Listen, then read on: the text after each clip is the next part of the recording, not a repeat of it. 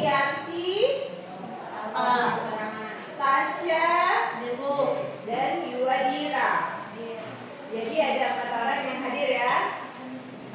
4 orang yang tidak hadir. Semoga di pelajaran berikutnya semuanya bisa hadir dalam keadaan sehat. Amin. Nah, untuk hari ini kita akan mulai pelajaran IPA itu tentang sistem pelayanan pada sistem pencernaan. Sebelumnya kita akan menyanyikan lagu nasional. Lagu apa yang mau kita nyanyikan? Garuda Pancasila. Oke, Garuda Pancasila. Semuanya mohon berdiri. Kita akan menyanyikan lagu Garuda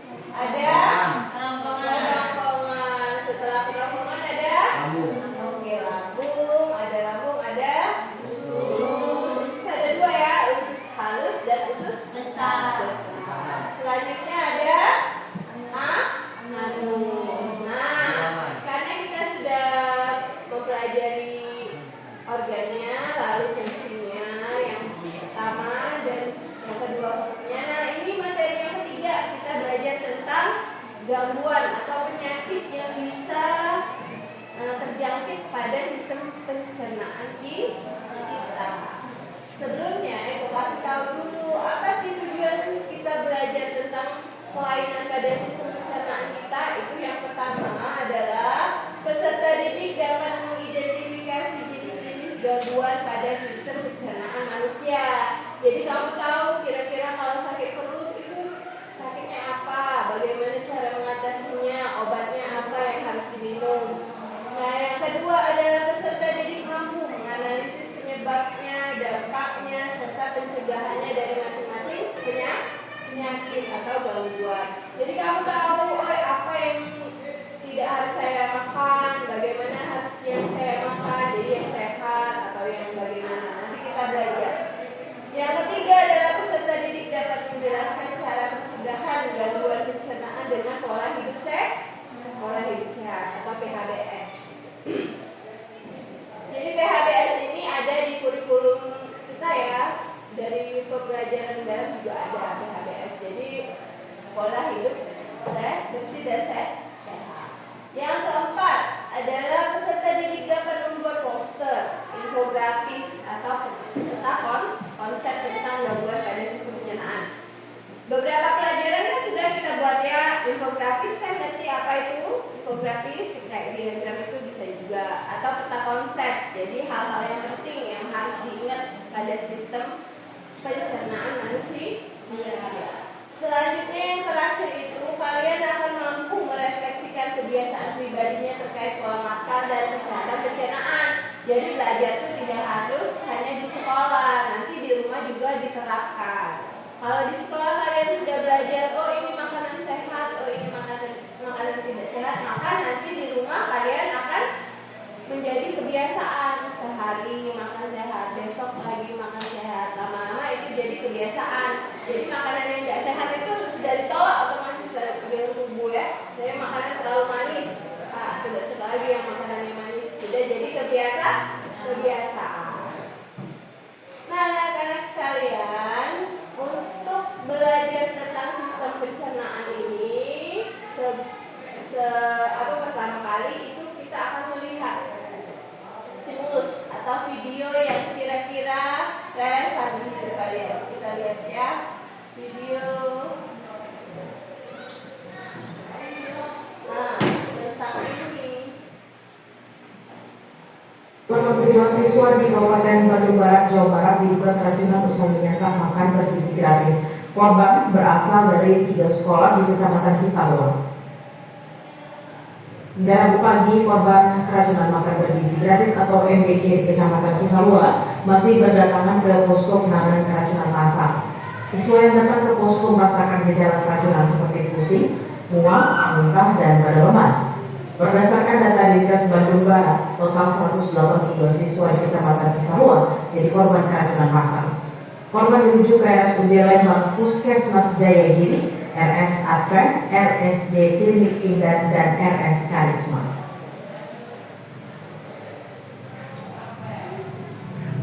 Untuk mengetahui kondisi terkini terkait 182 siswa yang diduga keracunan usai menyantap makan bergizi gratis di Kabupaten Bandung Barat, kita akan terhubung dengan guru SMPN 1 Cisarua M. Fahmi Nurdiansyah. Selamat siang Pak Fahmi dan Bella di studio. Ya, Pak Fahmi, dari 182 siswa yang diduga keracunan akibat mengkonsumsi MBG, hingga saat ini ada berapa siswa yang masih dirawat?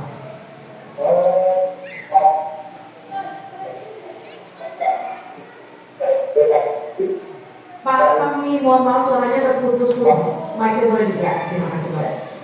Untuk saat ini di RSUD Lembang yang menjadi pusat di pasien itu sekitar 26 dan 14 kembali dari sekitar 22 masih dirawat. Kemudian di RSUD Cibabat juga itu sekitar 10 orang. Jadi tersisanya itu rapat di tempat dan pulang. Pak Fahmi, dari menu yang dikonsumsi, dugaan penyebab siswa keracunan ini makanan yang mana Bapak? Dari dugaan menu yang konsumsi dari daging ayam yang ayam ikat daging ayam ikat itu perluan awal dan kita pun masih menunggu hasil investigasi malam. Pak Fahmi, apakah memang sudah ada tanggapan dari SPPG yang mendistribusikan MBG ini untuk SMPN 1 Cisarua? Untuk tanggapan mungkin secara pasti belum, dan tapi kita di malam juga pihak SPPG itu hadir sampai malam ada dari mereka itu untuk pernyataan lebih juga. Pak Fahmi, jika bisa diinformasikan kepada kami dan juga penonton Kompas TV, sudah sejak kapan MBG ini dibagikan khususnya untuk SMPN 1? Kebetulan untuk SPPG ini sudah memberikan pelajaran ke sekolah kami itu dari awal, dari bulan Februari, dari sebelum puasa sampai hari ini, sampai kemarin. Lalu sejak awal hingga bulan ini ya, bulan Oktober, dari Februari ke Oktober ini, apakah ada pergantian SPPG sehingga mungkin memang ada menu-menu yang berubah seperti itu Bapak? Kalau untuk menu di bulan sekali dari itu pergantian SPPG jadi waktu itu kan Berarti memang ini ya karena dia nggak sama dan yang kesehatan itu jelas kemarin sudah mengambil dan melakukan Apakah sudah ada informasi kapan hasil akan keluar, Pak? kebetulan dulu Oke, lalu hingga hari ini apakah memang ada pemeriksaan lain yang mungkin dilakukan oleh polisi terkait dengan dugaan keracunan ini? Kalau pemeriksaan dari yang itu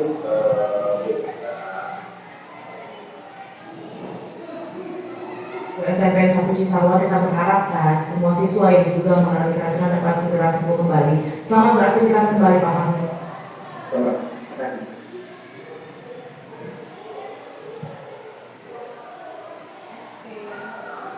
Nah, setelah menyaksikan video tentang berita tentang keracunan makanan bergizi gratis ya di sebuah sekolah di Cisarua, kira-kira siapa yang mau memberi tanggapan tentang video kita tersebut? Apa yang terjadi pada siswa di sana? Ayo, angkat tangan. Silakan mengungkapkan pendapat ya, jangan takut karena kita sedang apa? Bersenang-senang. Jadi untuk semua tanggapan ibu terima dengan baik kalau sesuai dengan konteks. Silakan, siapa yang mau berpendapat? Besti. Video tadi tentang apa? Keracunan MBG. Keracunan MBG. Kira-kira pernah nggak itu kejadian di sekitar kamu? Pernah, Bu. Pernah. Siapa? Saya. Kamu kenapa? Isi keracunan apa? Saya pernah makan beberapa bulan yang lalu pernah makan seblak. Seblak. Terus pulangnya mules-mules.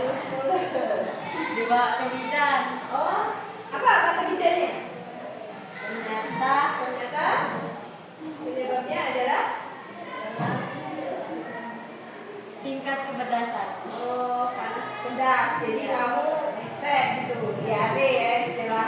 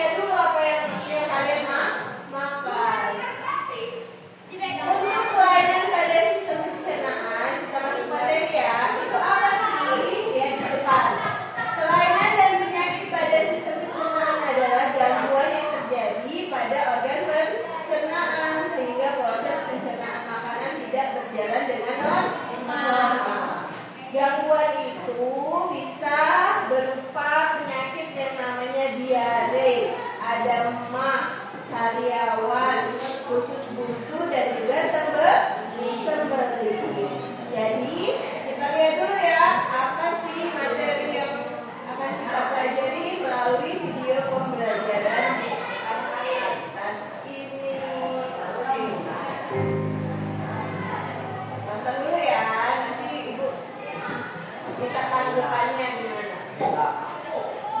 Selamat datang di channel Guru IPA. Pada kesempatan kali ini kita akan membahas mengenai gangguan pada sistem pencernaan dan upaya untuk mencegah atau menanggulanginya.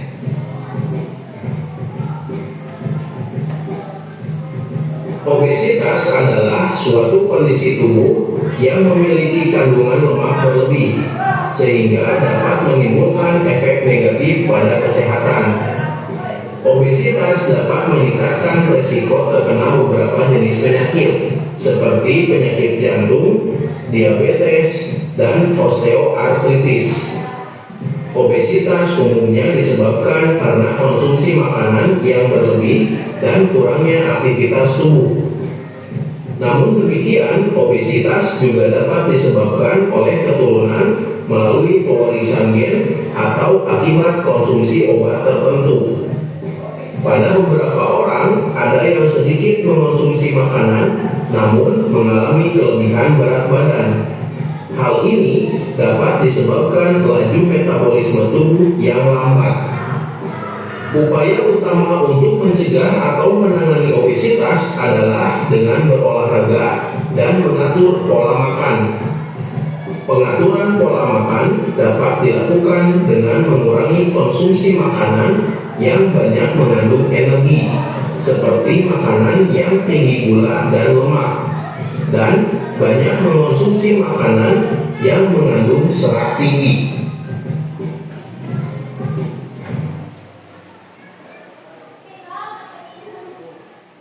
Asap mikir.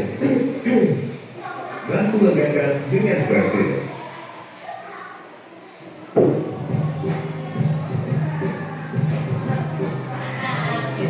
Karies gigi atau gigi berlubang merupakan kerusakan gigi akibat infeksi bakteri yang merusak lapisan gigi sehingga merusak struktur gigi.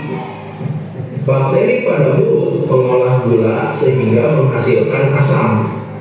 Asam yang diproduksi selama metabolisme dalam mulut ini dapat merusak gigi.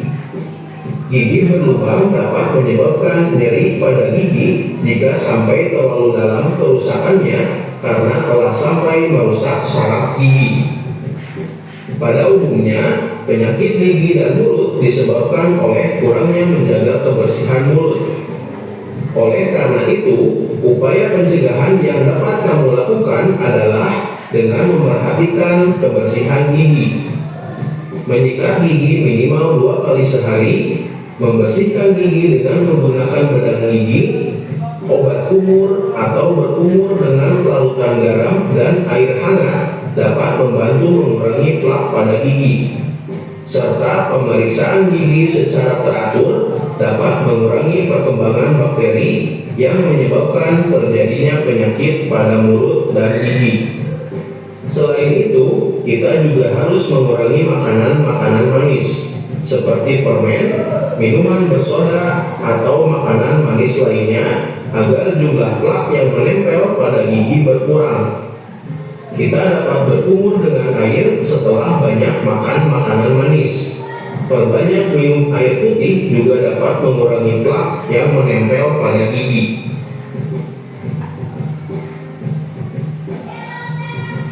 Sakit mah atau gastritis merupakan penyakit yang menyebabkan terjadinya peradangan atau iritasi pada lapisan lambung. Mah dapat diakibatkan meningkatnya asam lambung, infeksi bakteri Helicobacter pylori, peningkatan asam lambung, stres, makan tidak teratur, dan mengonsumsi makanan yang terlalu pedas atau asam. Mah dapat dicegah dengan cara makan teratur, makan secukupnya, cuci tangan sebelum makan, menghindari makanan yang memicu produksi asam lambung yang berlebihan seperti makanan asam, makanan pedas, dan kopi. Selain itu, menghindari stres yang berlebihan juga dapat membantu mencegah sakit mah.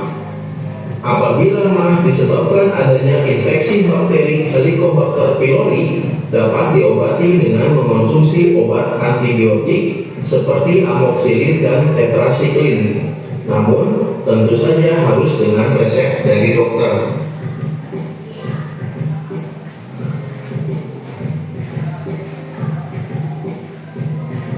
Hepatitis merupakan penyakit peradangan pada hati. Orang yang menderita hepatitis ringan memiliki gejala seperti orang yang terkena flu, yaitu sakit otot dan persendian, demam, diare, dan sakit kepala. Penderita hepatitis akut dapat mengalami jaundice atau menguningnya kulit dan mata, membesarnya hati, dan membesarnya limfa. Hepatitis apabila tidak segera ditangani dapat memicu fibrosis atau kerusakan pada hati dan sirosis atau gagal hati kronis. Sirosis dapat meningkatkan risiko berkembangnya kanker hati kohol dan penggunaan obat secara terus-menerus seperti paracetamol.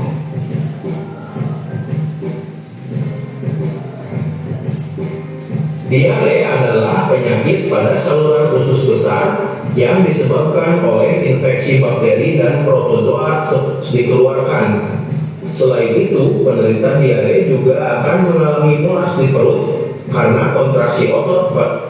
Cucilah tangan sebelum makan, minum air yang dimasak atau air kemasan yang higienis, dan jagalah kebersihan diri dan lingkungan. Yang keluar saat diare, atau dapat juga minum obat diare.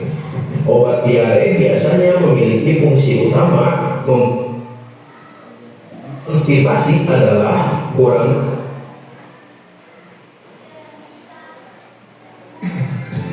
Milk gratis free, amani lambung, bebas kembung. asupan makanan berserat dan kurang minum. Ketika feses tidak dikeluarkan secara teratur, air yang terkandung di dalamnya akan terserap sehingga menyebabkan feses keras atau kering sehingga sulit dikeluarkan.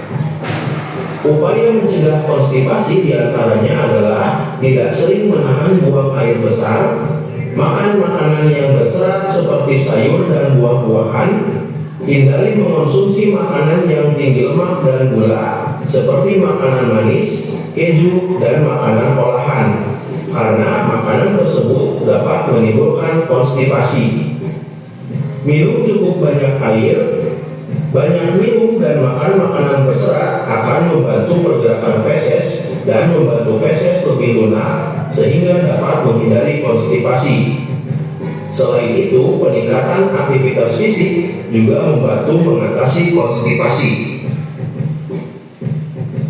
Kekurangan vitamin pada tubuh disebut dengan avitaminosis.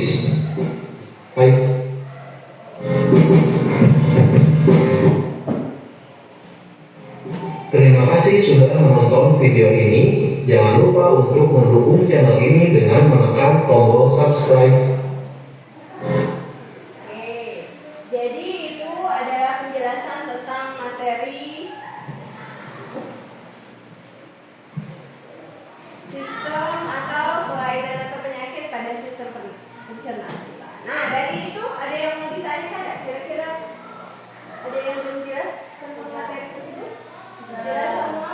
Oke. Nah, ini anak-anak, setelah kalian memahami apa itu gangguan pada sistem pencernaan, ada apa saja tadi?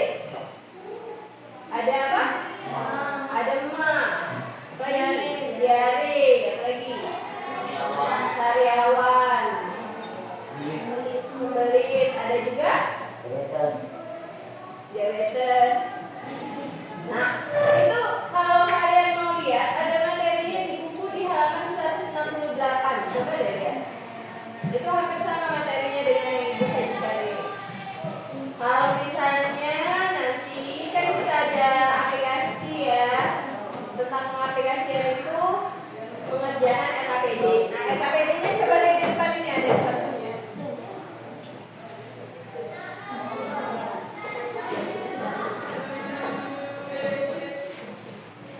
LKPD-nya ada di depan, nanti ibu bagiin ya.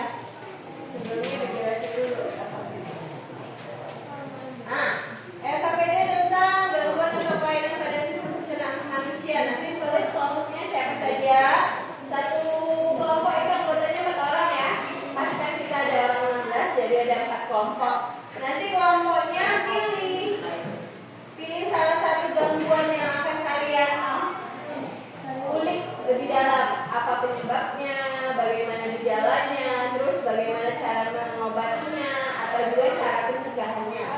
Nah, untuk kelompok 1, 2, 3, dan 4 ini ada 5 pilihan.